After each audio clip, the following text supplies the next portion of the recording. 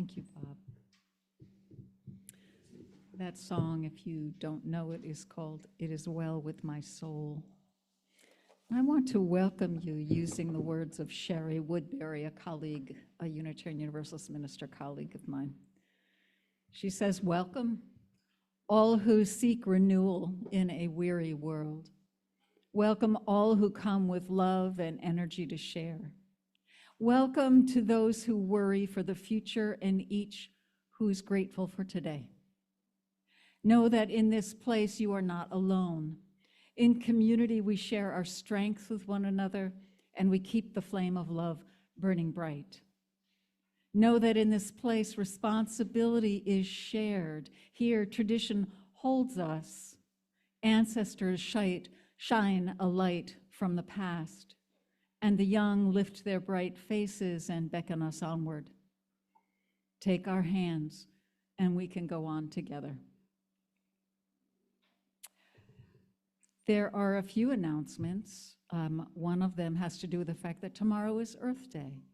And Carol Gable, who is leading the climate action team, is also trying to corral people to do a cleanup in downtown Utica on April 26th. Am I right? Yep. April 26th. And she has 3 people signed up and needs at least 3 or 4 more. So if you can, go see Carol about doing a cleanup downtown, which is just a wonderful thing. And also April 22nd, there is a Unitarian Universalist streamed service. It's online that you are all most welcome to, and all this information is in your newsletter. John, would you like to come forward to do Soul Matters conversation? Good morning. My name is John Camilleri. I'm the board president and also coordinator of Soul Matters Small Group Ministry.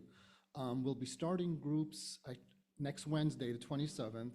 We meet once a month until June, and then we resume in the fall. So if you'd like more information, see me after the service. There's an article in the newsletter, and it's also on the church website. Thank you. Mary, would you like to come forward? Silly question. Hello, I'm Mary, and I'm in charge of the coffee hour coordination.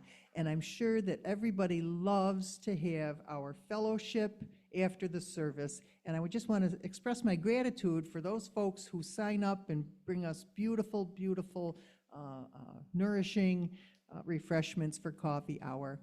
And also mention that if nobody signs up from now through whenever, we won't be having it next week. I've got nobody. We so appreciate when people do this. So if you find Easter to be an inspirational time and you haven't done coffee hour in a while or ever, the sign-up sheet is just outside the doors here, and you can just hop like a bunny right out and sign up to do so. Thank you. You're not hopping?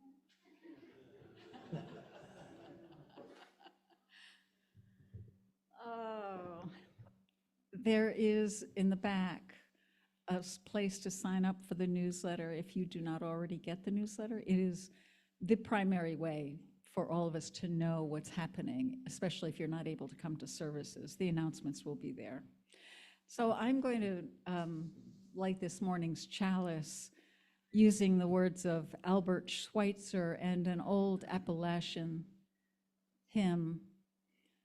Albert Schweitzer's words are, at times, our own light goes out and is rekindled by a spark from another person. So each of us has cause to think with deep gratitude of those who have lighted the flame within us. Yesterday, I spoke with a dear old friend, and we spoke honestly with each other about what feels like the cruelty of what is happening in our government and culture, and that it's deeply dangerous, and we must not capitulate or back away from it. We can't let our overwhelm keep us from acting in some way. Cruelty, we reminded each other, is the opposite of life-giving love and care. Cruelty is not normal. My friend cares for children in trouble and prays long and hard every day. She has a lot more discipline than I do. We promised each other to encourage each other to rise. This conversation encouraged the flame flickering in me to reignite. And I was not even aware that my flame was sputtering some.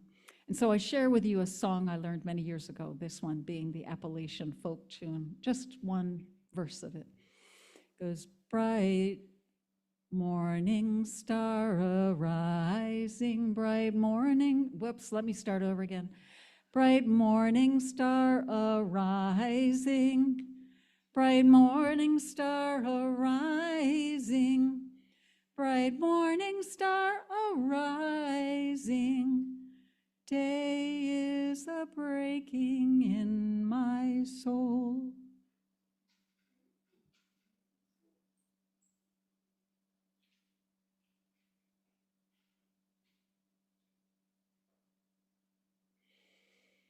It helps me to remember that evil is really a disconnection from life-giving energies and purpose and the life-giving impulses. Evil rises in people and governments when they allow themselves to be cut off from life-giving energies and impulses of earth, of love, of God, of spirit, the unnameable source of our lives. And when we talk about it that way, we know that it is possible for each of us to make room for the seeds of what may grow into evil if we allow it, if we allow ourselves to be disconnected in our own hearts. So to renew our commitment to life, to live our values out loud is a revolutionary act. It's a life-giving act of love. So I'm going to invite you to a call to worship that celebrates that love and that life and that source on page 534. 534. If you would rise in body or spirit as you're able and willing, we can join together. I will read the first line and every alternating line in the regular print, and if you would read the italicized, that would be wonderful. Gloria, the tenacity of earth and its creatures. Kyrie eleison, these children who will go on to save what we cannot. Baruch atah Adonai, the ordinary tenacity of plants, of people. Om, the center of the universe, which is everywhere, not the least place in the human heart. Alleluia, love that survives anger and winter and despair and sorrow and even death. Shalom, love that persists. Namu myoho renge kyo, come that is the seed in the dark. Amen. For endings that are beginnings, for beginnings that are endings. Alleluia. For the circle, the spiral, the web, the egg, the seed, the flower, the fruit, the opening, the death, the release, the seed. Amen. We are going on. Amen. It is going on. Amen. Blessed be. Thank you. Please, actually, before you sit, I'm going to ask you to turn to page 61 to our first hymn, Lo, the Earth Awakes.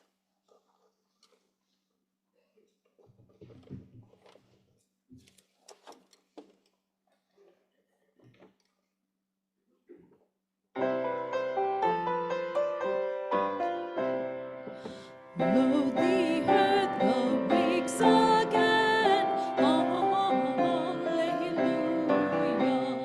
from the winter's bond and pain, Alleluia, bring relief and flower and spring, Alleluia, to adorn the happy day, Alleluia.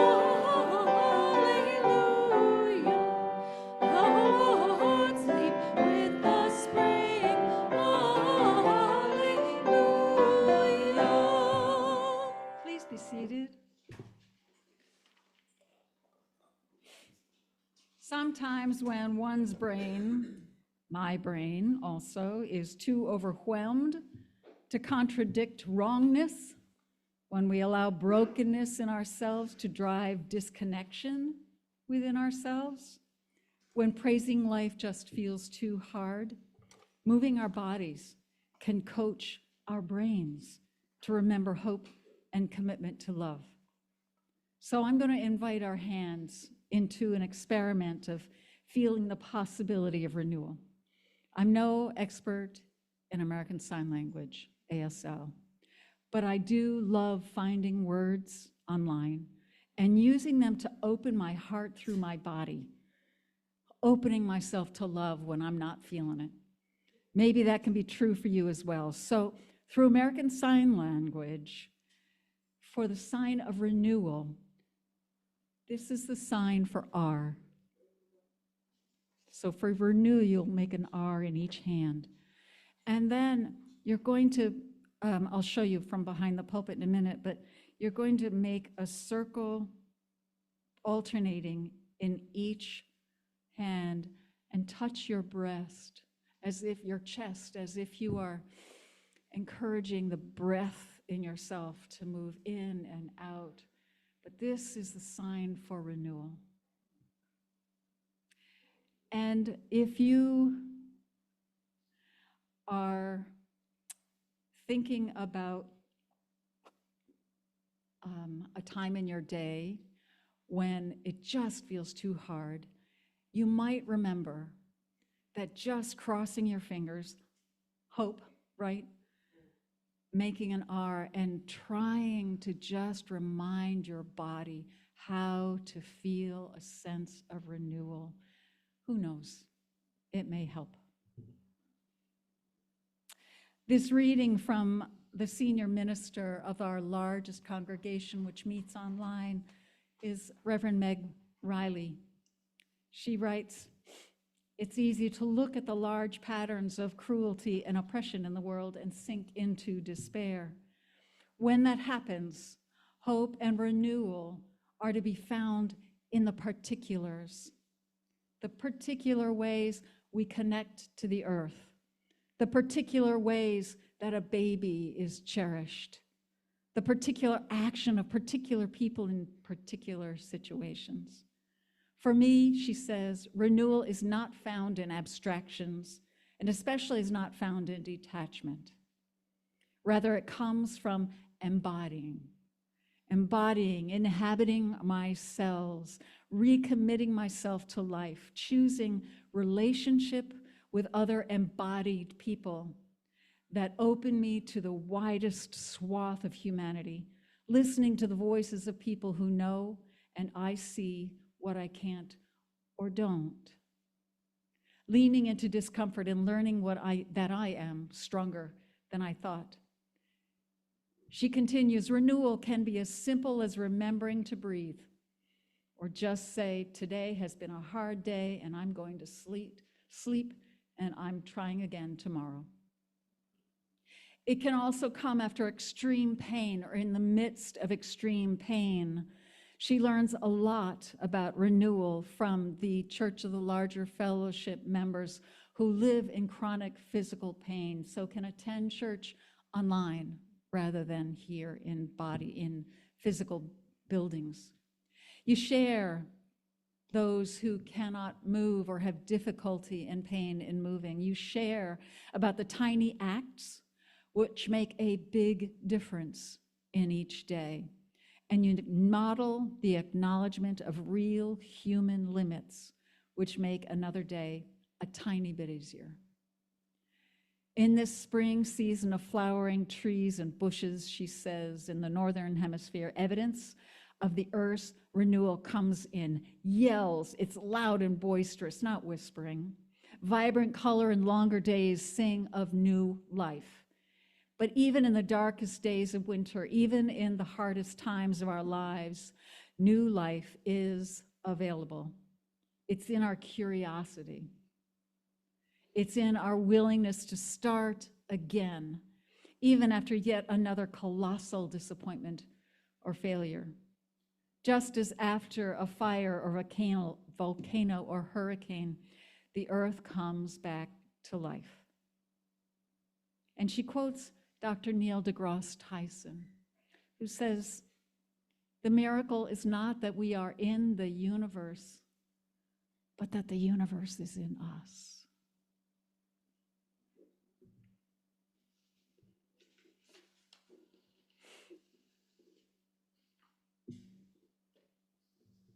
For 5,000 years, the practice of yoga has instructed how the person, the practitioner, can renew the very cells in our particular body. Yoga originated in northern India 5 millennia ago. I know some of you have done a whole lot more than yoga than I have. The practice has evolved in Hinduism over the millennia, written in Sanskrit, the oldest language in the world. It's part of the Upanishads, one of the oldest texts in the world. Yoga is also a huge part of Buddhism and meditation practices. So I searched for postures online that you could do sitting in a chair. 11 of them came up and are printed on a sheet here that you're welcome to pick up after the service or anytime. And what I'd like to do is invite you to consider doing the 4 practices that I chose that had to do somehow with renewal in the what did they call themselves? Pure Gym is the name of the online spot where I found these. So these chair postures, we do just 4 of them today. And please be gentle. Please don't overstretch like I often do. Please move just enough to remind your body that it's possible to open, to renew. If these movements don't work for you, just practice breathing in and out, thinking and thanking your lungs. So here is the cat and the cow. It's one movement. You know it? Somebody know it? This is the cat. You can sit in your chair and be a cat.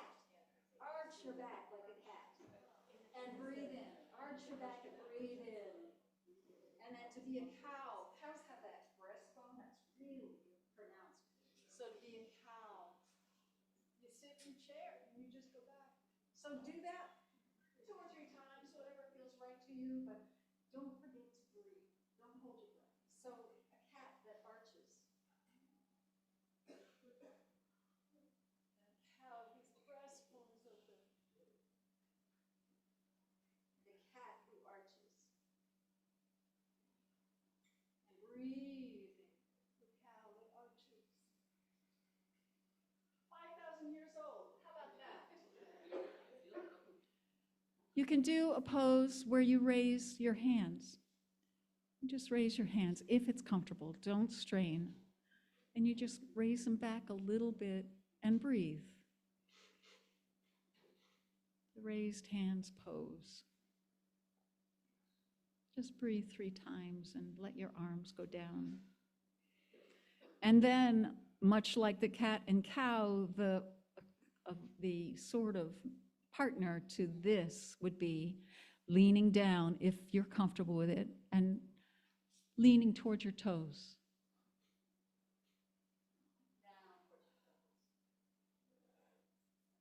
You can do that a couple times if you want to. Don't forget to breathe.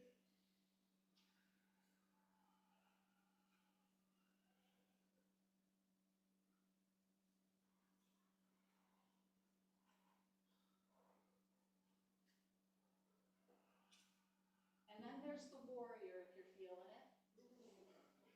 What it asks of you is to sit sideways on your chair.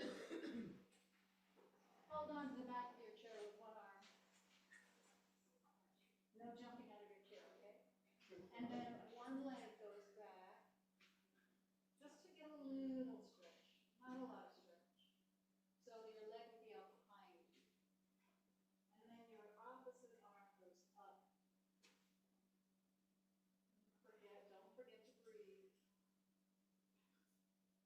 here's a warrior.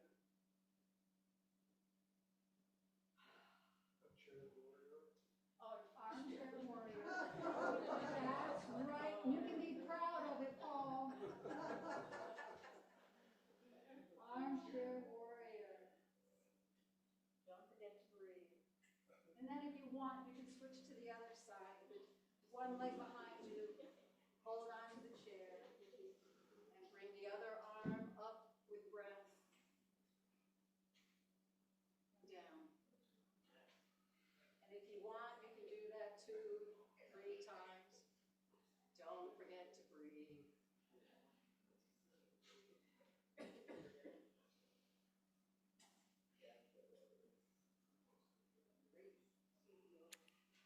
Meg Riley says, inhabiting our particular cells, our particular imperfect body, our imperfect lives, inhabiting our own aches and our pains, our particular dreams and demons, connects us to everything and everyone we are willing to view as part of the larger community. May it be so for us all. And now I have something to offer to people of all ages that only requires sound. And you can move your body if you want to too, but this is in honor of the earth. It is one of the first signs of spring that excites me the most. I feel exhilarated when I hear this. And I only hear it near a marshy area, a place in the Northeast where there is a pool of water. Sometimes it's just a vernal pool that will go away, but it's often in a wet, marshy area. And then as the sun sets, what do you hear? Peepers. Can you make the sound of peepers? Peep, peep, peep, peep, peep. Come on, more of you. Peep. Oh, yeah. And you keep peeping, and there may be a frog or two. Yes. Yes. Keep going, peepers. Keep going. Now, we've got to have a bullfrog in this room. Whose voice is so deep you can be a bullfrog? Go ahead, Ash. Loud, nice and loud. That's it. Okay, our peepers went somewhere. Our peepers and our frogs. So we can do this. This is a prayer. This is a gratitude. This is joy. This is thanks and connection to our planet. And now the sun has come and it's rising up, and all of the peepers are quiet, and the frogs and the bullfrogs are quiet, except for a couple of peepers now and then who are whispering. Peep, peep. Thank you for praying with me.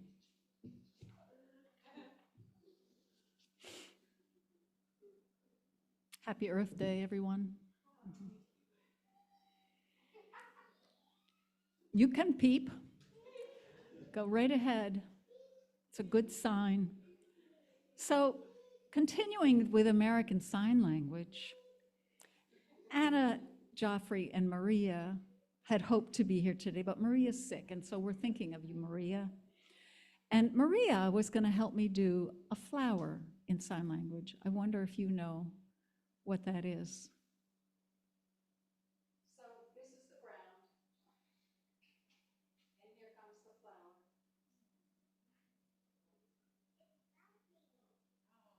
Does that feel good? Yeah.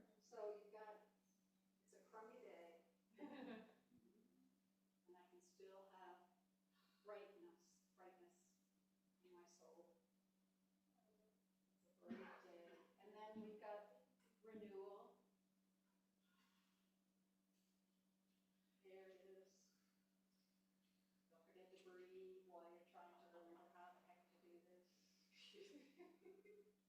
And then if you want, this is the renewal of my spirit. This is the renewal of my spirit.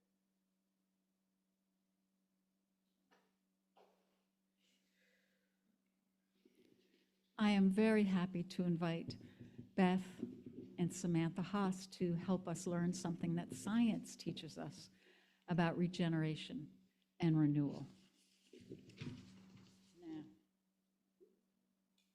you like to use, is this better? Okay.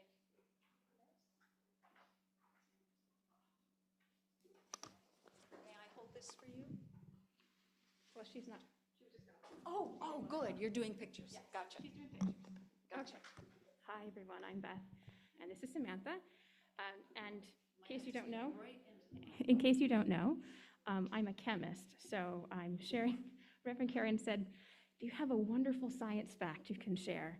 And so I'm sharing one of my favorite wonderful chemistry science facts, and Samantha is helping me with some pictures. So she drew them. Yes. She would like to be an artist when she grows up, for folks who can't hear that. Okay. You are a part of the great recycling of elements. Your body is made mostly of oxygen, carbon, hydrogen, and nitrogen, along with others, including minerals like calcium and iron. Carbon comes largely from the plants you eat. They win carbon from the air, transforming carbon dioxide and the distant fire of our sun into sweet energy. Nitrogen, you ready? Yeah. Nitrogen also comes from the air, transformed by microbes into a form that nourishes plants, allowing them to make amino acids, which we can eat or get from animals and eat them. Our bodies rearrange amino acids into proteins to grow and heal. Oxygen and hydrogen together make water. You got water? I can't see the backside. Everyone can see it? There's water. Okay, we'll show them after too. Oxygen and hydrogen together make water, which plants use along with carbon to spin their sugars. We drink water, we eat transformed water, and breathe in water from the air. You ready for the next one? The minerals in us come from the earth. Plants pull them up with their roots and offer them to the grazing creatures. Every meal is a renewal. With every breath, we give the elements back. The sugars and starches rearrange to give us energy, and we let go of the carbon, hydrogen, and oxygen as carbon dioxide and water through our breath to return to the air. Our bodies return the salts and minerals to the world through our sweat and excrement. In and out, on and on, we cycle these elements.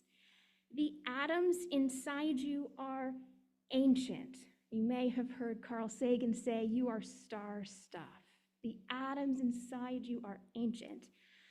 They have joined and divided and rearranged for years beyond knowing. And they are small and they are so many. So in your lungs right now, as you take a breath, there is probably an atom of oxygen that was breathed by the first human. And if we are careful stewards of our planet, your breath and your body and the elements within you will continue to cycle, giving life to everyone and everything who comes after you.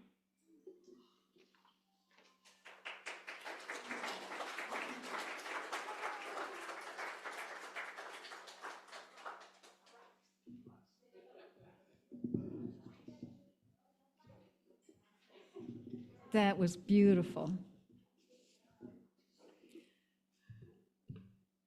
I'm going to invite you now to sing A Promise Through the Ages Sings on 344 in the gray hymnal. 344.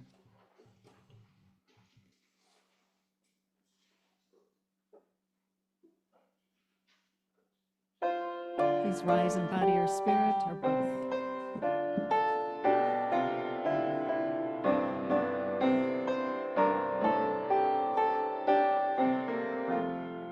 A promise through the ages rings that always, always something sings. Not just in May, in Finchfield Bar, but in December's coldest hour. A note of hope sustains.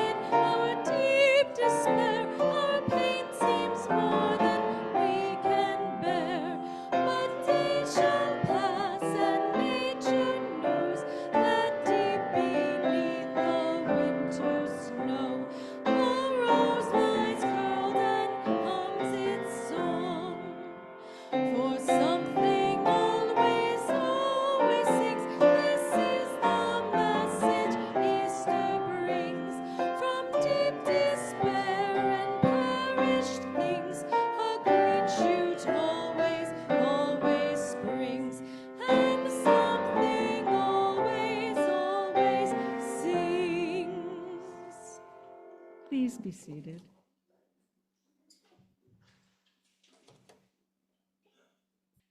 There is a beautiful prayer by Mary Oliver that's on page 536. And if you'd like to join in reading it, you'd be so welcome to do that. And if you'd rather just keep your eyes closed and listen, that too is good. Mary Oliver. Every morning the world is created. Under the orange sticks of the sun, the heaped ashes of the night turn into leaves again and fasten themselves to the high branches, and the ponds appear like black cloth on which are painted islands of summer lilies. If it is your nature to be happy, you will swim away along the soft trails for hours, your imagination alighting everywhere. And if your spirit carries within it the thorn that is heavier than lead, if it's all you can do to keep on trudging, there is still somewhere deep within you a beast shouting that the earth is exactly what it wanted. Each pond with its blazing lilies is a prayer heard and answered lavishly every morning. Whether or not you have ever dared to be happy, whether or not you have ever dared to pray.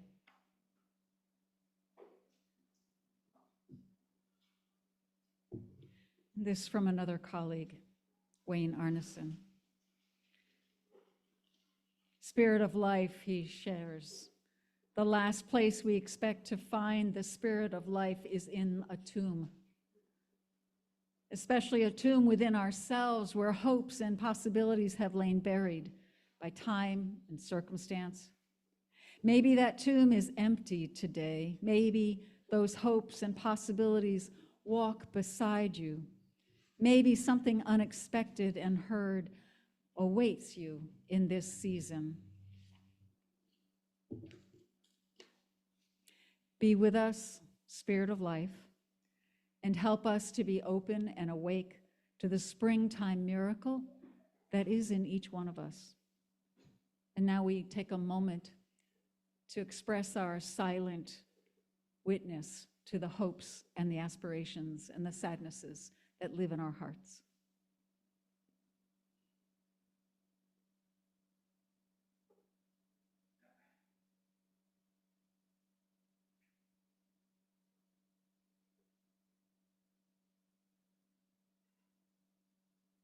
Blessed be. Amen. And now the offering will be received to fulfill our shared life-giving values.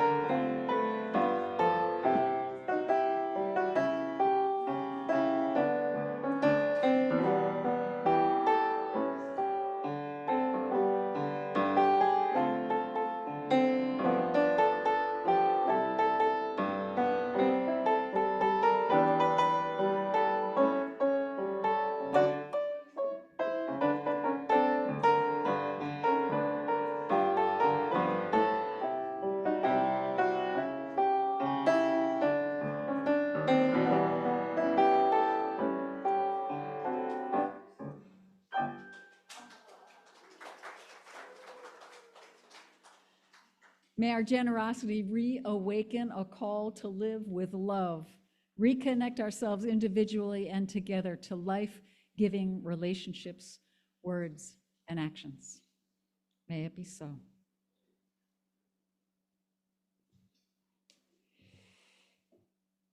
Oh my goodness. I would like to close just one more time with the prayer that helps me sometimes. That is, bright morning star arising, Bright morning star arising, bright morning star arising. Day is a breaking in our souls. May it be so. Blessed be. Happy Easter. Please join me in